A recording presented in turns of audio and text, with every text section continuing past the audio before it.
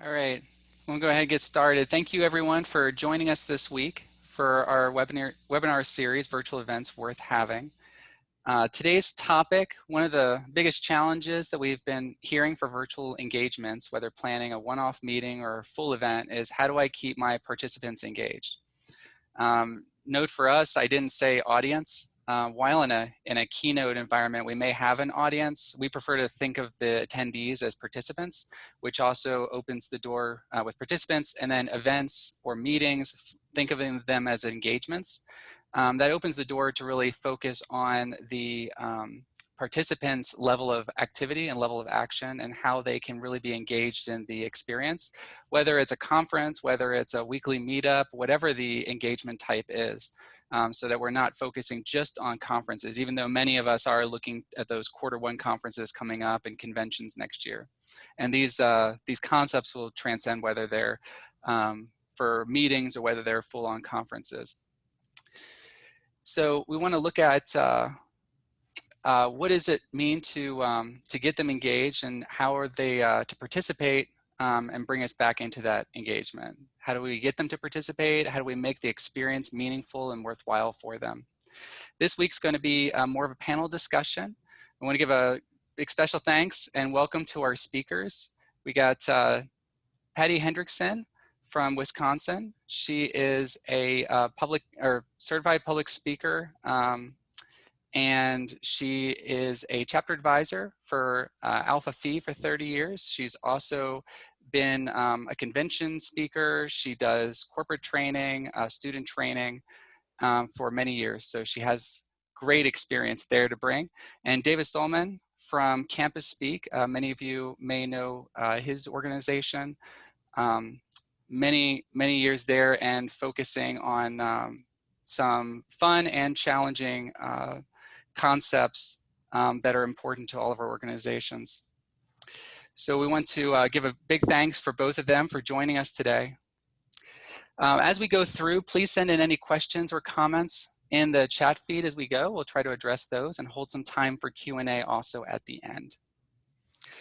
So also as a reminder, we are recording today's session. It will be available for later viewing, or for you to share with some of the others in your office who are not able to make it, or others in our organization market. So with that, we'll go ahead and get started. Welcome Patty and David, and we'll start off with a easy, broad question on what are the fundamental challenges of virtual engagements, meetings, training, events. What are some of the fundamental challenges we have to face? So Patty, we want to start with you, and then we'll just see how this discussion rolls. All right. Good morning. Well, you need to go take a step backwards. All of us here today on this call, we've got great systems, we've got great Wi-Fi, we're all joining. The fundamentals are you've got to have that great bandwidth, and you might have that officer who is out in the sticks somewhere and just can't make the connection work. And that's something you need to get over. So that's the biggest fundamental pieces. But once we get to that level playing field of everybody having the same tools, then it becomes, you just have to realize the virtual world is a little bit slower. Clunky is the word I like to phrase. And you've got to think of it as a storyboard of pieces that you've put together, but each one has to be thought out to make it work. And hands down, it takes at least two times the amount of energy and time to plan for your virtual.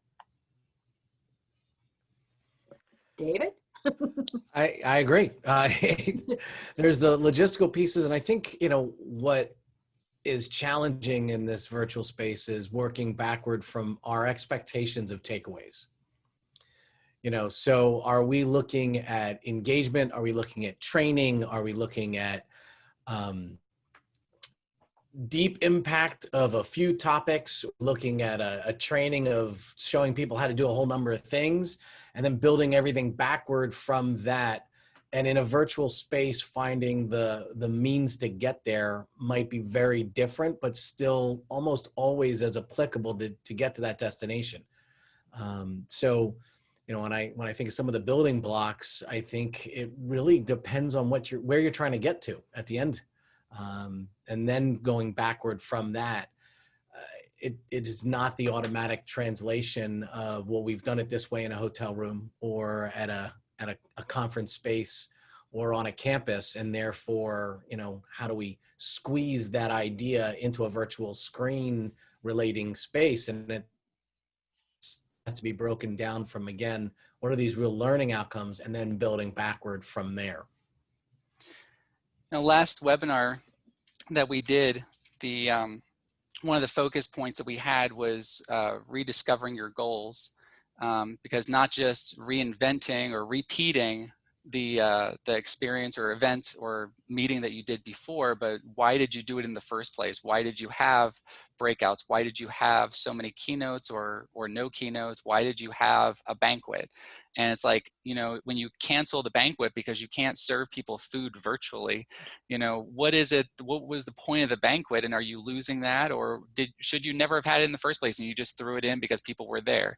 And a lot of people, we don't think about what are those objectives, what are those outcomes. We just focus on, well, we're going to do this again this year.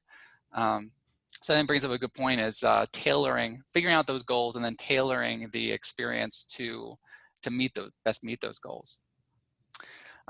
Speaking of challenges, how long can we expect people to stay engaged on a screen? And how does this impact the length of keynotes, breakouts, and events as a whole? She's looking at me. I can tell. I can see it in the Brady Bunch squares that she's looking at me. All right, Peter, go ahead. I would say, I think they might not be old enough to catch that one, but I don't mind being called Peter Brady. It so depends. There isn't an answer. I think that you can have engagement. It depends on so many factors. One of which that people overlook the most is, how much does the participant care about the content in the first place? When it's something they really care about and they're there because they really want to be there, they are going to be pulling information out of the screen and they'll be engaged, right? So if you get a whole bunch of students that truly care, and they're DEI activists, they're diversity, equity, inclusion activists, you put a vehicle together for them to have a conversation, they're all in. You can, go until electricity runs out, because they're so passionate about a topic that it doesn't matter about typical Zoom length or anything else. Where on the other end of the spectrum, you have brand new members of an organization that are going through mandatory training, and they would rather poke their eyes out than learn more. Then you better have very small, almost training via TikTok increments, because you have to, you have to hit them where they are. So that's the one area I would say that many people aren't thinking about when they're thinking about Zoom length and construction of their content, is the audience's interest level and adapting it to that. Because if they are really interested, you can just have a space and a topic and let them go. If there's a bunch of boxes you need to check, and that it has to be done, then making sure that there are engagement vehicles like polls and breakouts and dialogue going along the way, and that personal connection that has to exist there from the beginning of the speaker and the participant, or the facilitator and the participants, so that there's trust to engage. And there are lots of vehicles to add to that engagement, and not just add to the depth of learning. But it starts with an appreciation of why they are there. Yeah, I would totally agree with you, David. That how long can you stare at a screen? I think it starts before you even show up, though, that we've got to set an expectation level.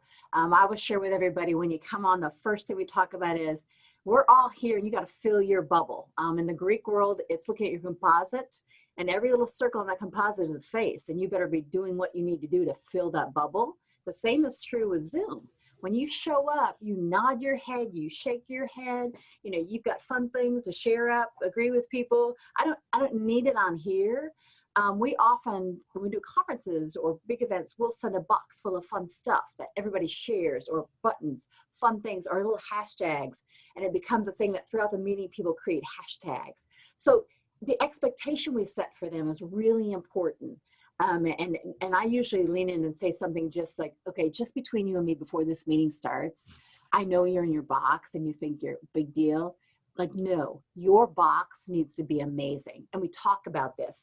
And then throughout, and I say, and you know what, you might want to remind somebody if you see them when they're not filling their box, like, hey, dude.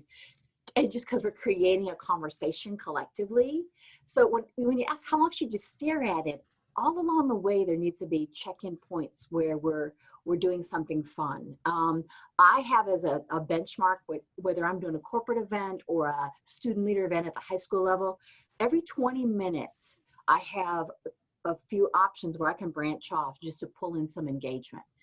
Like maybe I'll often share like a signature story that takes like 12 minutes on stage live in person, but I've broken that in pieces. And when I'm telling somewhere in the story, I'll say something like, and how do you think that person feels? I'm like, go ahead, put in the chat box. So they're putting it in. So I'm getting them to physically connect with the experience. And I think that takes more energy from them to stay involved, and we need to incorporate that, like weave that in throughout the entire program. And so if I set the expectation there, I don't think they're staring, they're participating in it. And that's the whole point of the engagement piece, to make them want to be there. And when celebrating, when anybody does something like, oh yeah, that was awesome, give a shout out. The more we have them connect with one another everywhere else using our tools, the richer, the more robust the experience becomes. And the participant appreciates it. The participant feels like you pulled them in. It's just, the translation of a speaker on stage having real eye contact with someone, watching them get it and say, I know you get this, and identifying them. Everybody wants to be heard. I mean, that's the bottom line. Particularly those of us who aren't able to go, or live in a place where you can't go with other people anywhere. It's so important that we let everybody know that it's important that they arrived. That's one of the things I know some people have had in the back of their minds is a question of participation in a physical way. There's studies in childhood education that television triggers a certain part of your mind, and it's addictive because you don't have to work for it. It's just stimulus coming in. But then video games is a whole nother level, because not only are you getting that input stimulation that you're not working for, but you're able to actively make decisions and that trigger new forms of input, which makes it even more more addictive and things like that. But even if we apply that same theory to engagements, there's a difference between an audience member who's just watching and an audience member who has to actually take an action, mentally make a decision to take an action, whether it's answering a poll, whether it's their thoughts in a chat box, and a emoji stick or something else to physically participate, brings a focus to their experience. So having some ways to focus on that participation and not just watching. Looking back over your, I know we're touching on experiences throughout here, but have you had anything over the last few months that really taught you about engaging participants virtually, that, something that just new with this new virtual world that you hadn't really thought about before, and what's continuing to, experiences that are continuing to tailor and transform your approach to the virtual events? Or you got it now? It's an evolving animal. It is evolving every day. There's something new that comes up. One thing that's like just the past few days, I was working in a state of, I was on a Zoom, but I was producing for people in Utah. But in Utah, they're still able to be together in larger groups, masked, but they're able. So I had about a third of the participants were solo virtual, and the rest were in these shared live experiences. And I use breakout rooms a ton. No matter how good I am as a speaker, the breakout rooms are always better than me, because they got to be heard, they got to meet people, and it was fun. There's just a different dynamic that happens there. But for those kind of modules, a hybrid, when you've got two different groups, we came up with a structure of coaching those large shared experiences that they're not going to join the breakout rooms. They're going to create small pods that they're going to meet live with one another to do the same things we do in the breakout rooms. So we're having this large collective experience where everybody is getting to do the same thing, but just with a little difference. So, because it took us a long time to figure out, okay, it's awesome that they can be together, but it's crummy because I can't put 12 people in a breakout room on one link. It's too crazy. So again, logistically, it's working it out, and it works. But we just have to think before we set it up, what's the best way to coach these people so they're going to have the best experience? So that's my newest one of figuring out how to do the hybrid. Yeah, I think and I know Patty's this way, being nimble. Because sometimes you show up and you expect everyone to be on their own screen and like, oh yeah, well, these 50 people are there together. Like, all right, well, and so just having the tools to be able to call an audible and structuring your program so that audibles can be called. So, when everything is so scripted and so process structured that it doesn't allow that flexibility, you run into problems. So having that ability to call the audible and that be programmed into how you're doing things is one of the things I've learned. And just try to keep up on stuff. Like I could right now pull out that, that Zoom just put out another update. I don't know what's going to be on there. I don't know if they've updated their filters, or I should pull my pirate filter on right now and put the pirate hat on. Like there are different things that are happening where technology-wise, there are vehicles that are shifting and changing, and just knowing what tools exist and someone's ability to interact with those tools. So if you're working with an audience, I was in a meeting last night with a board that ranged from, one guy had maybe 20 and another one could have been 120. Honestly, I'm not sure. But their ability to interact with the technology also has to be a flexible one as you're doing it, because, again, you don't want to isolate people. You want to engage them. And so if I'm telling them to go 5 deep into a setting that they don't even know how to access in the first place, you're going to have problems. Yeah. And David, that's a really good reminder too. In your pre-touch with your client or the attendees, to remind them to do the latest update to Zoom if you're on the Zoom platform. It makes a huge difference. Well, at least Zoom's updates have been a little bit more reliable than Microsoft Windows updates lately.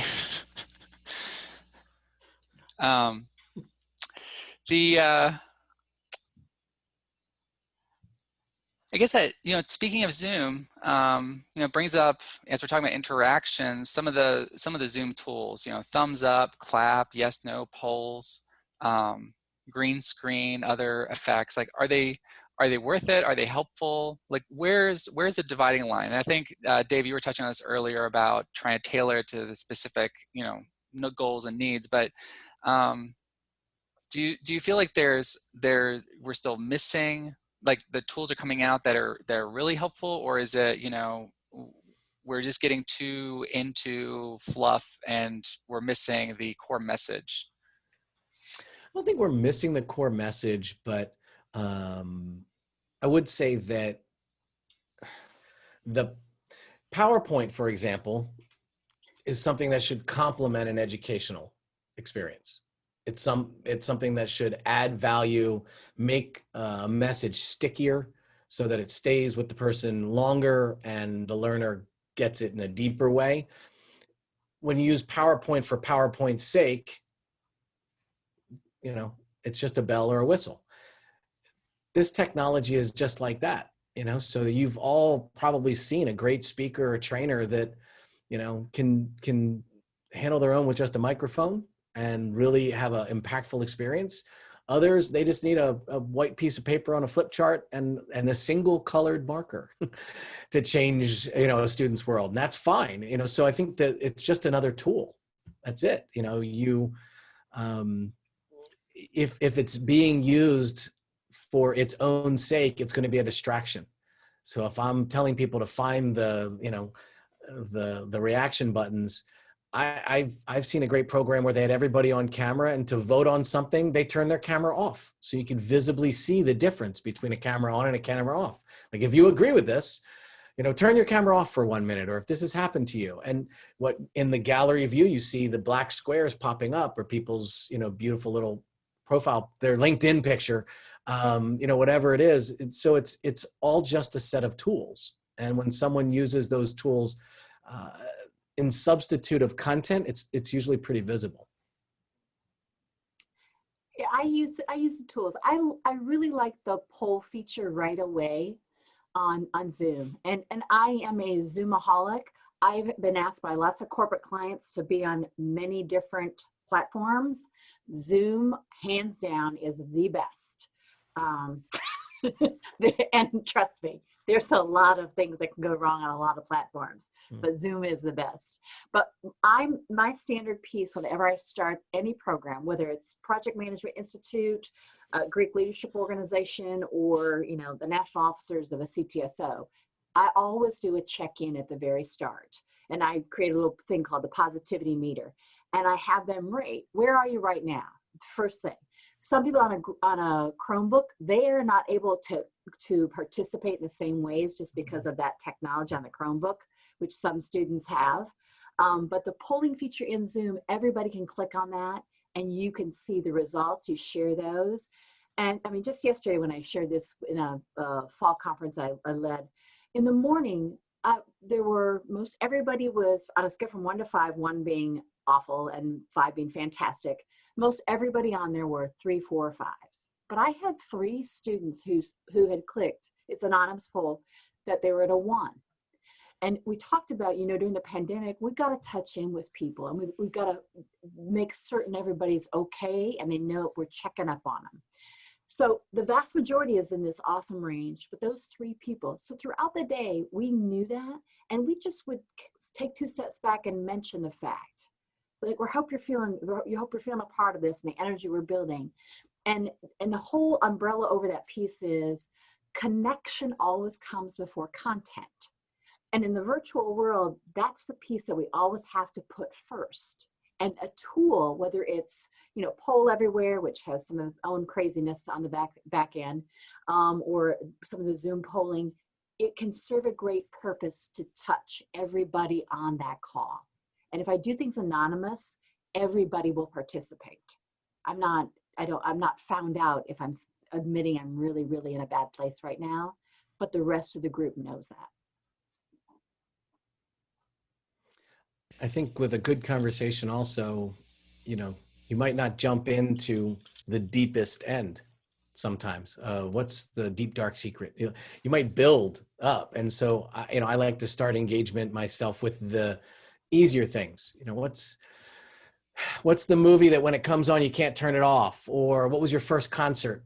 And get people start typing into the chat and, make fun judgments of people whose their first concert was the Backstreet Boys, or whatever it might be, but just to get that engagement rolling and get a little bit deeper and a little bit deeper and a little bit deeper.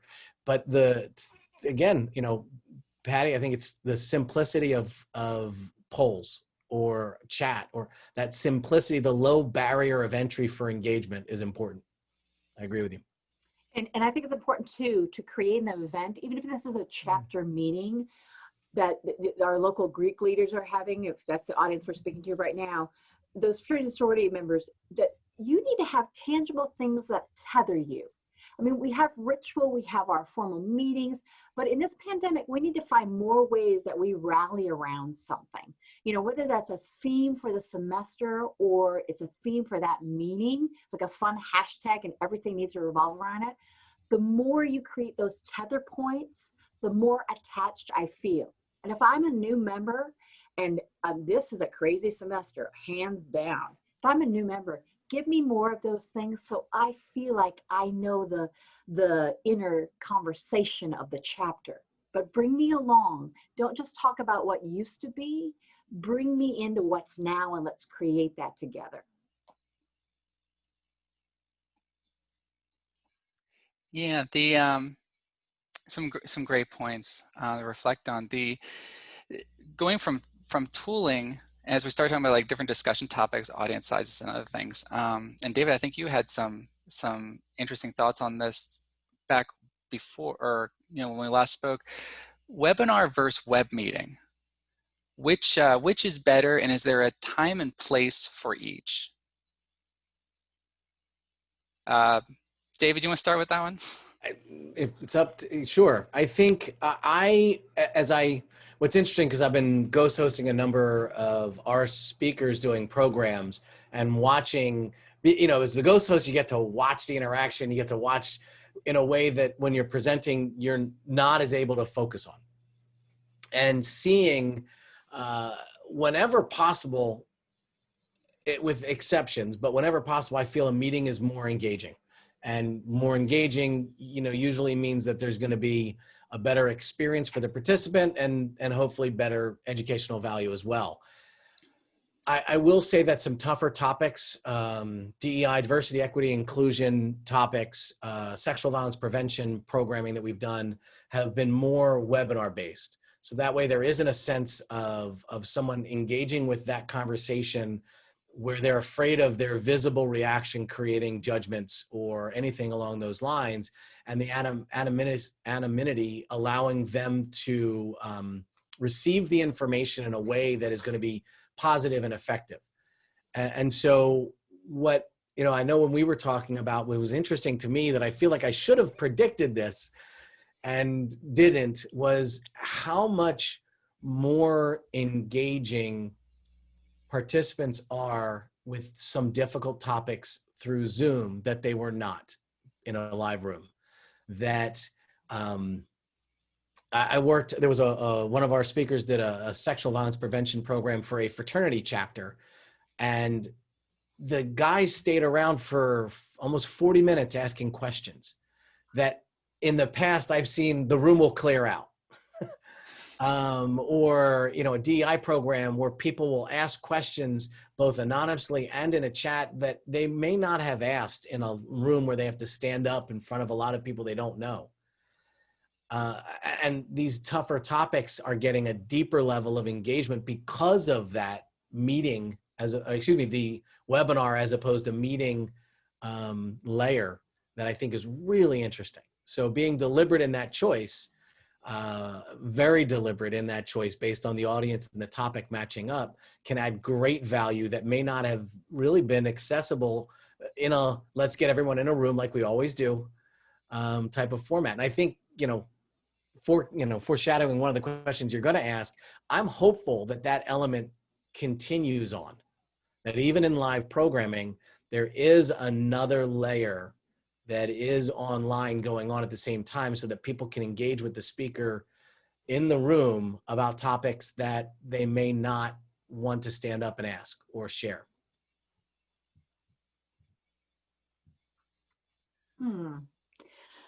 Oh, I'm thinking, David, thank you. You've got my mind going, woohoo, yes, exciting, exciting.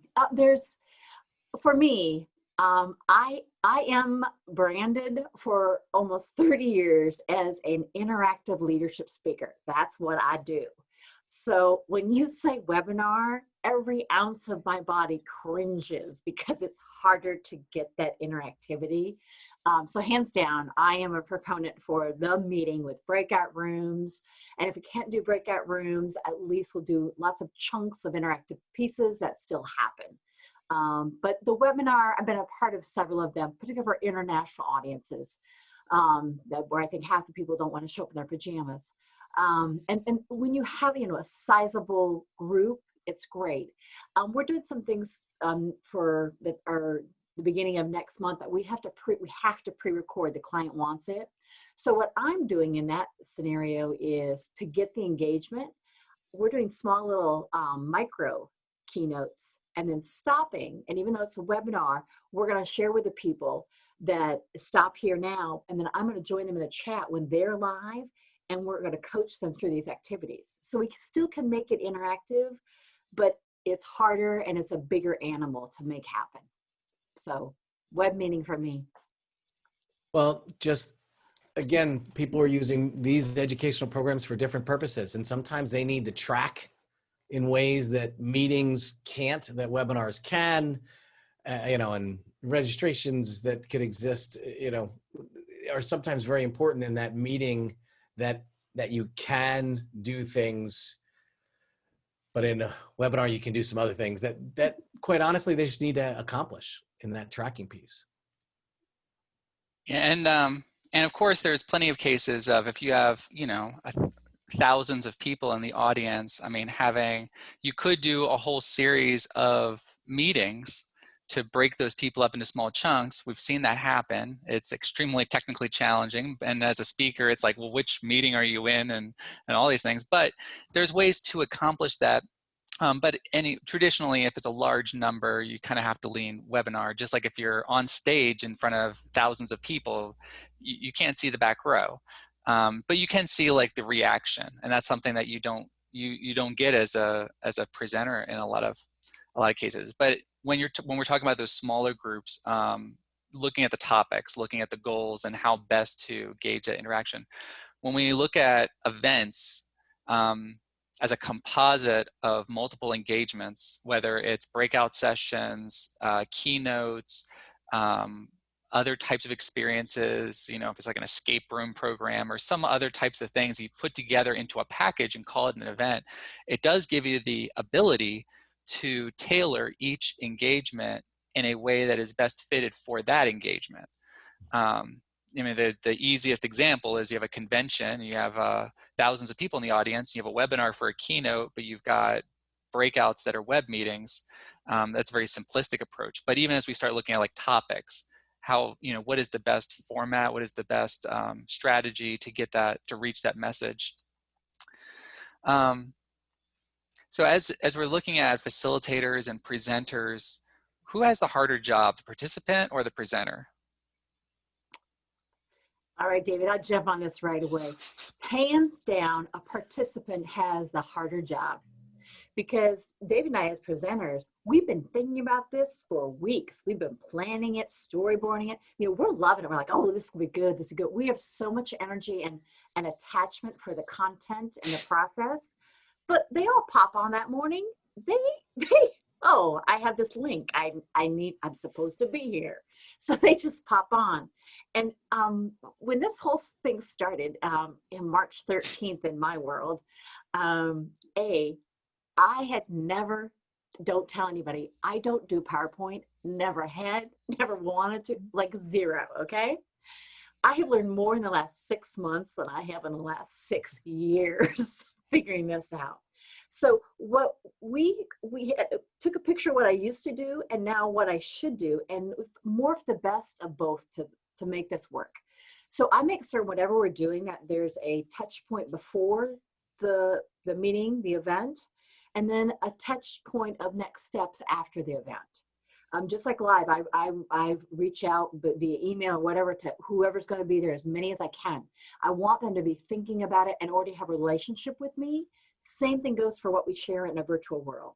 If I have some kind of expectation, I'll probably show up better, or I'll give them one thing they need to share, or put them on a big wheel of names to be spun and say, look out, you could be picked to share your favorite word of advice for other officers. Something like that. You can do that in a local chapter meeting also. Put wheel of names. This meeting, come here for you, and you're going to share your favorite memory of leadership in the chapter.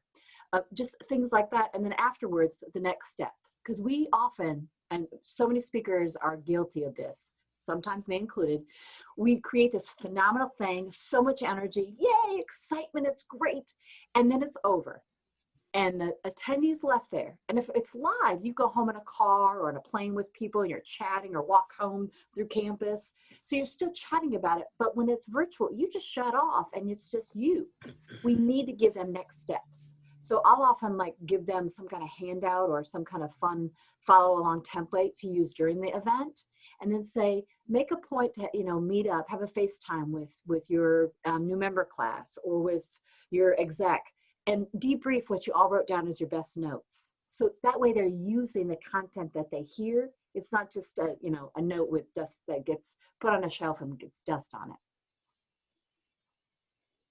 Sorry, I get excited about engagement.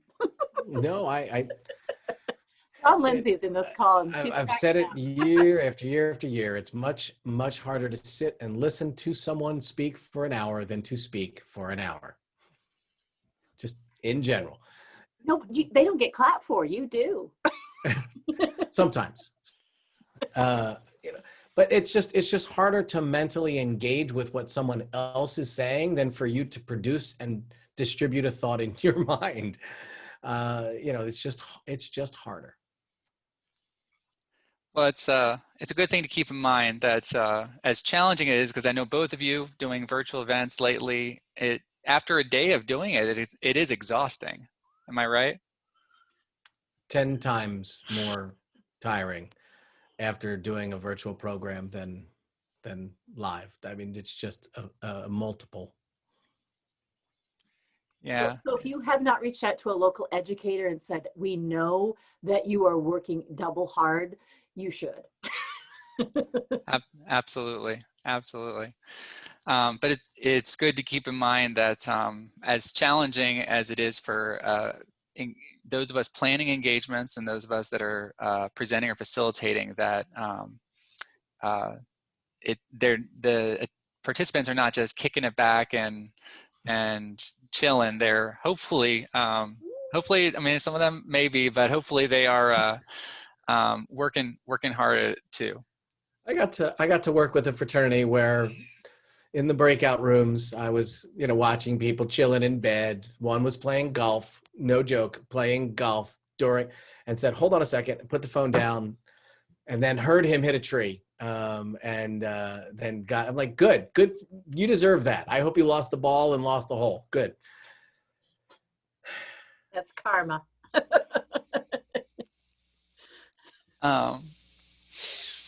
Is there anything that, you're both professional speakers and you do this regularly. Many engagements, whether it's the leadership conferences or other programs, we've got facilitators and presenters who are not professionals. Is there things that they need to do to best prepare for virtual engagements? I've seen a study recently where it was kind of a reminder for, this was college. I know, like Patty, you were talking about school teachers. I mean, the same boat. This is new to everyone and a huge challenge point, but a lot of college professors, looking at it as, I've been teaching for 30 years. I know how to teach. I don't need training. I don't need support. Just leave me alone. I got this. And then, they realize that this is a very different world.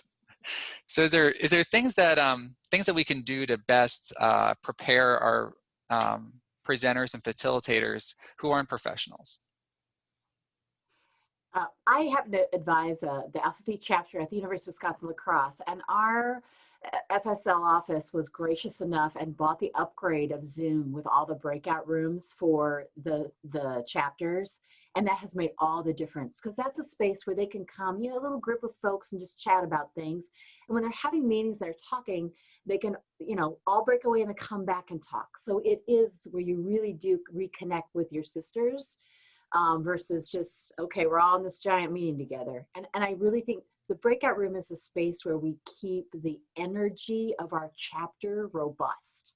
I need to keep remembering that I have these members, and particularly our new member classes. It is the epitome of where we need to reach out and make them know that they're a part of the chapter, not this fringe, but they are critical to our success. Yeah, a part of, not apart from. I'd say in terms of someone who does not do this preparing, a few thoughts.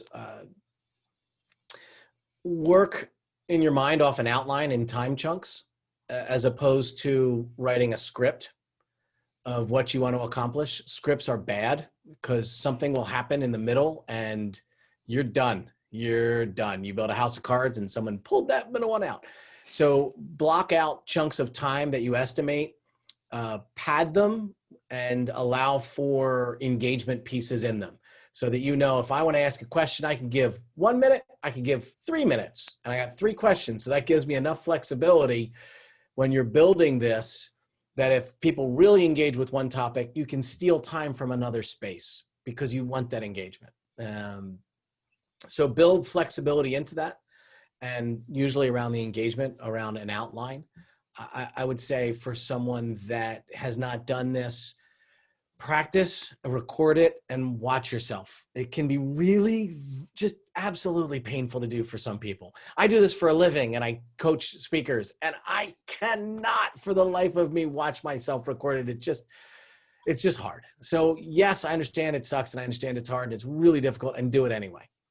And so build out a model of what you want based backward from the learning outcomes or the outcome of the meeting. So if it's just engagement and you're just getting people together to have fun, then work backward from that. If it's, we're going to have them learn these 3 things, or we're going to train them how to do those things, then get to a place at the end where you're testing that they can do it, then work backward from that in increments that are reasonable time blocks for their attention. I'd say set your space well and have someone other than you look at it. And sweat the small stuff, but not so much that, perfect isn't the enemy of good.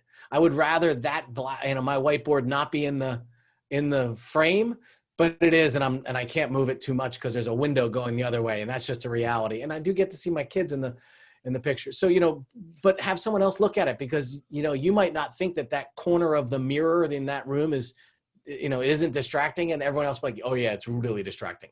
So have someone else just look at that stage for you and get another set of eyes, get another set of ears for your sound to make sure your sound is clear. So that does mean a dry run through with someone that you trust. That isn't just going to say, oh, you look beautiful. Generally your mom's not good at this because she thinks you're perfect and wonderful anyway. So get a sense of that through somebody else's eyes, through a participant's eye. And then I would also say hire a professional. That's what we're good at. So bring us in whenever you can possibly do it. And, Campus Speak is a great resource anyway, but it's really, use resources that are available that, yes, you can pay, but also that you don't have to pay.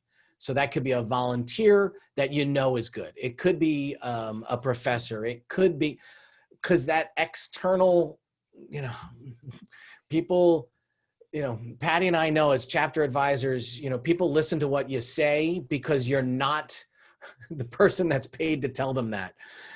So that their campus advisor or someone, in that structure often who tells them the same thing over and over again, it's that new person who says the same thing that gets listened to.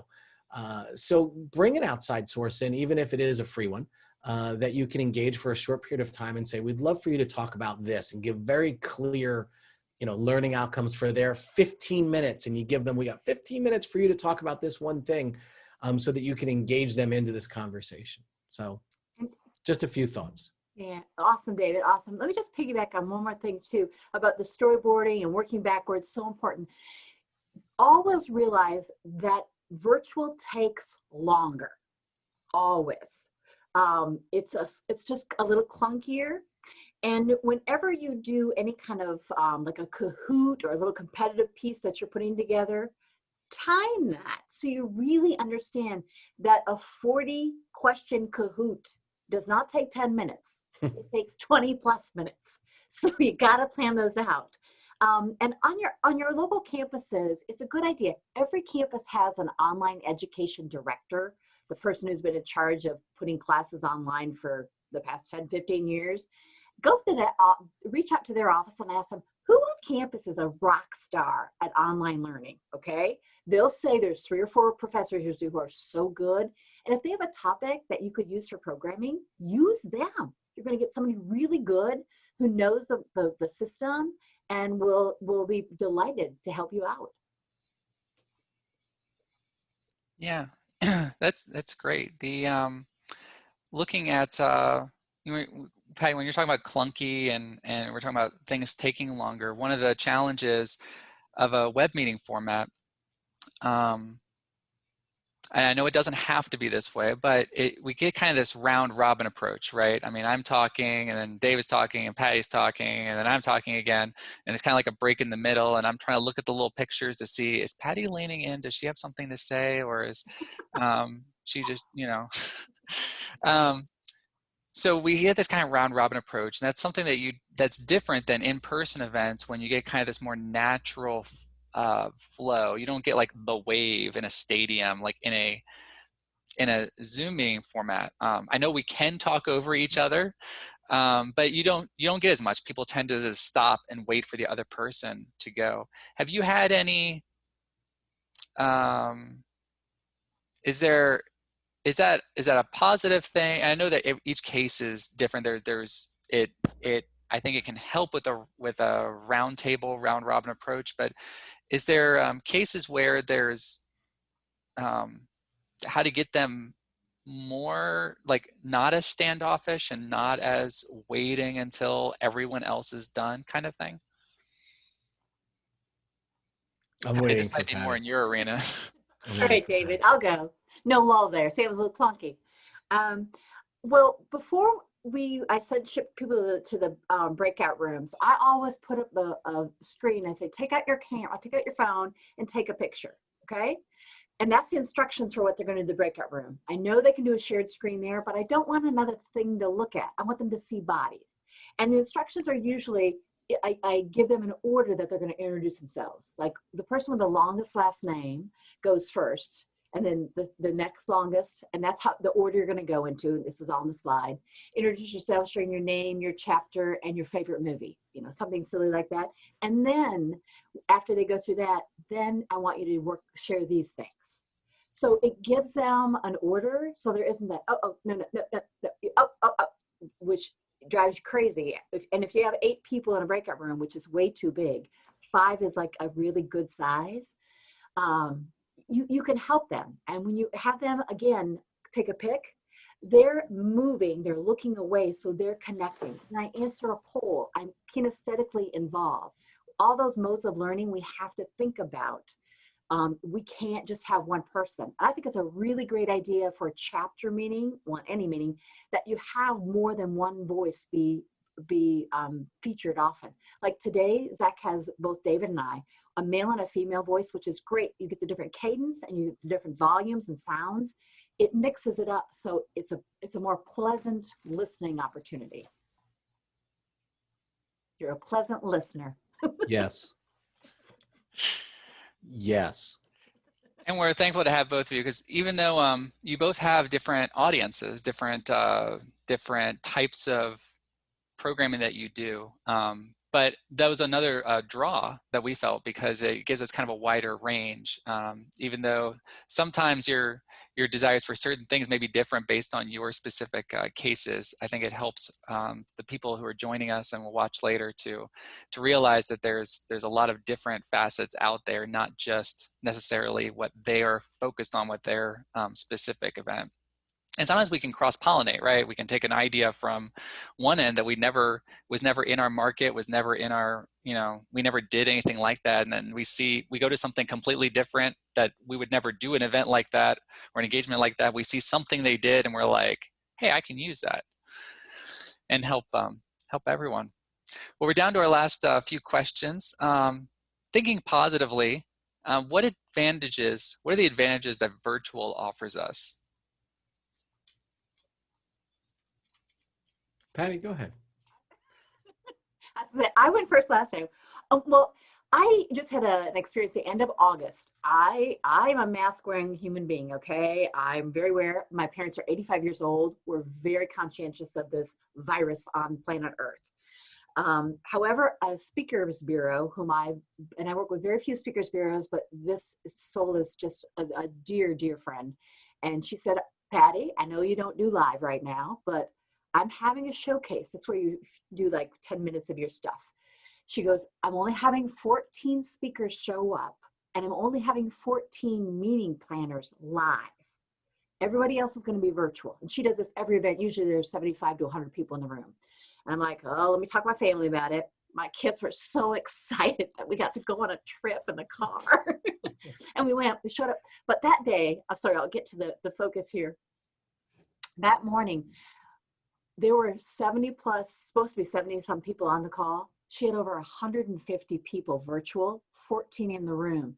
At the end of that day, she was getting bombarded with messages like, this was the best ever. When my team, we got to see it live, but then we gathered together and we talked about what we just saw. And when we were done, we got back to work. this was the best ever. And she's been doing these for 20 plus years. So virtual's here to stay. That advantage where we all can come together, 6 people from the same company could be a part of that process that day, and it didn't cost anything.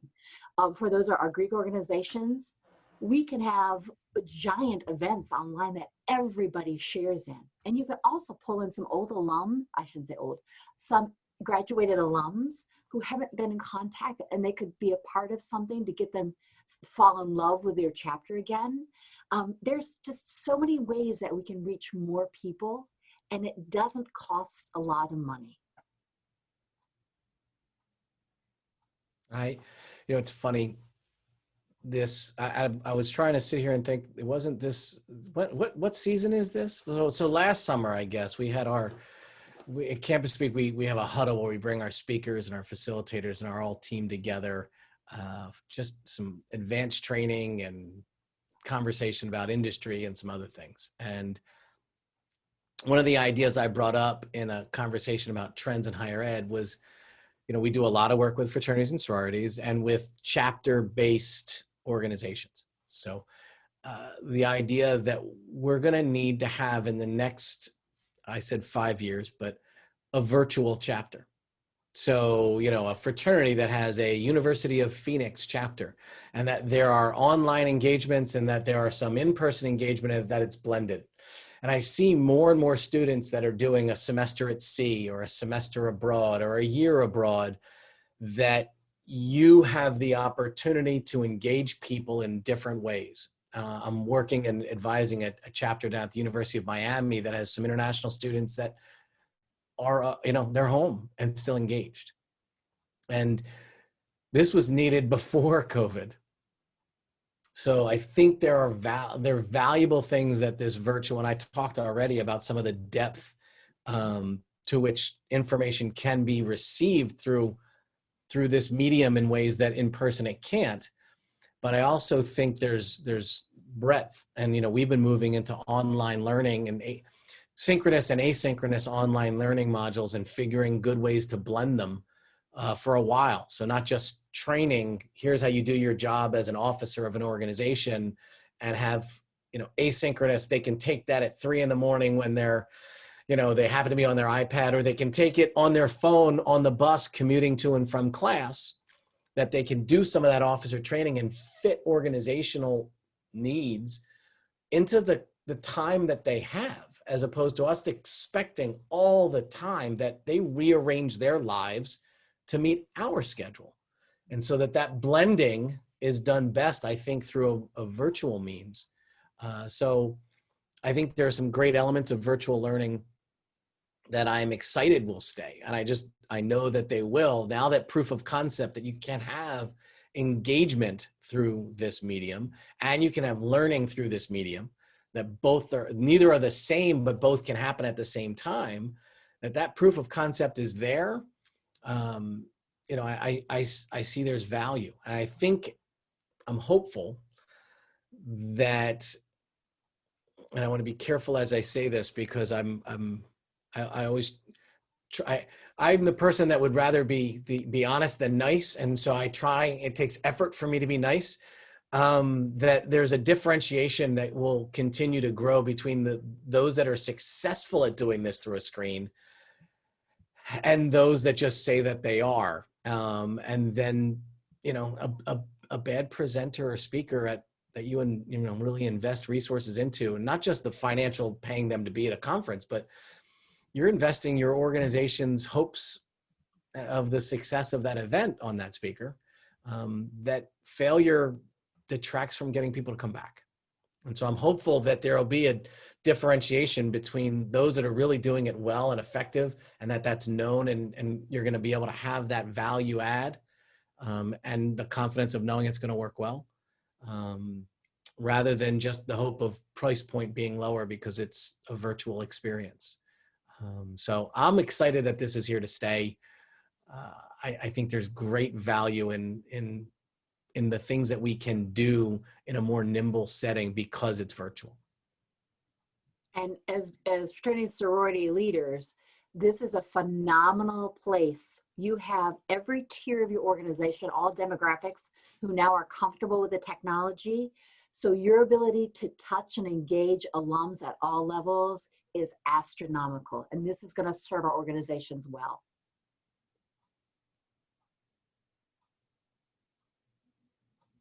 Oh.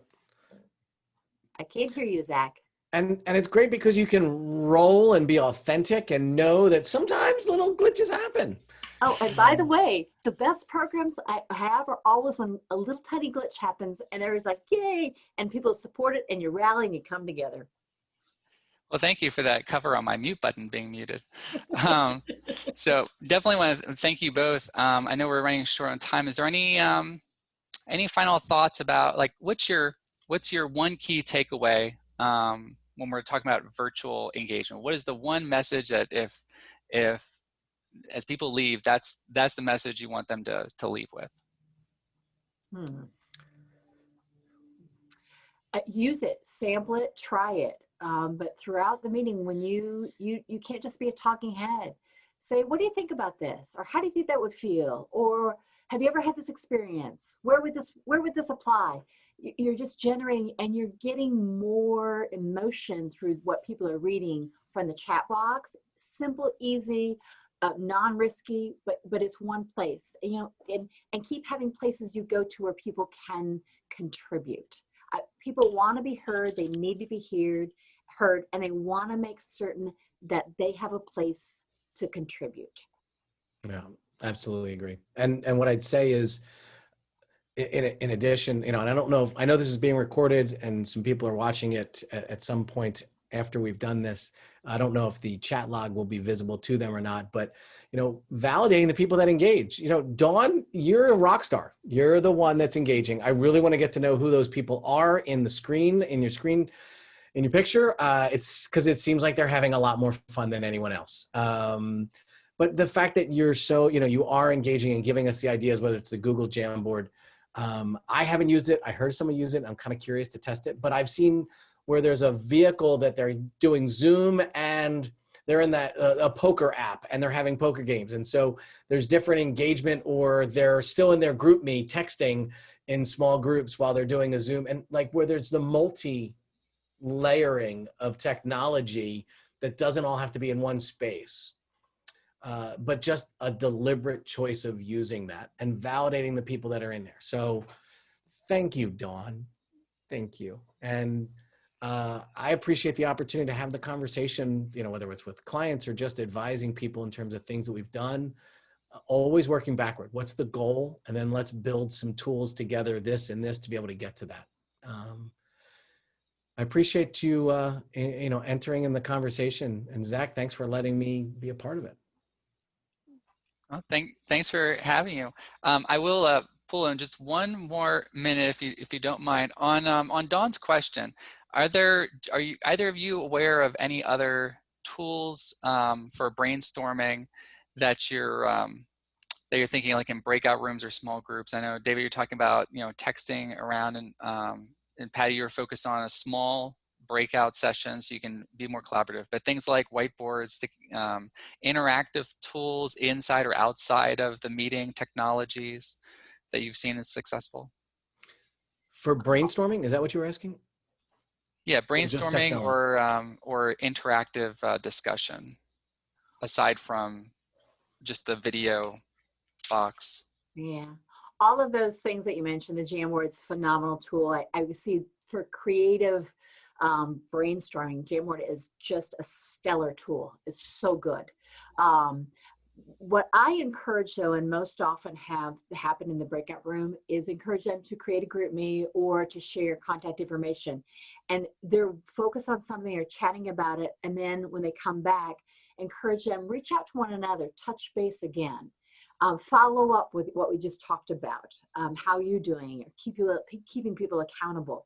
But when I have that I call them breakout buddies, because I need those shared experiences that last after the meeting. And that's what we miss when we're walking down the hall after we leave a chapter meeting. I need to have a reason or a space to come back together to reconnect with people. There are some other vehicles you can do where it's not broken out by person, but what in a large, again, translating from a physical experience to a virtual, but where, if there are rooms they can go into to talk about one topic or another, that you allow, again, if the group is small enough that you can have the host put them based on their choice into a breakout room by topic. So who's going to talk about member engagement? Who's going to talk about financials, collections? Who's going to talk about, who's going to be in the brainstorming of fun activities, and allow them to self-select and get put into breakout rooms based on their choice of what they type in.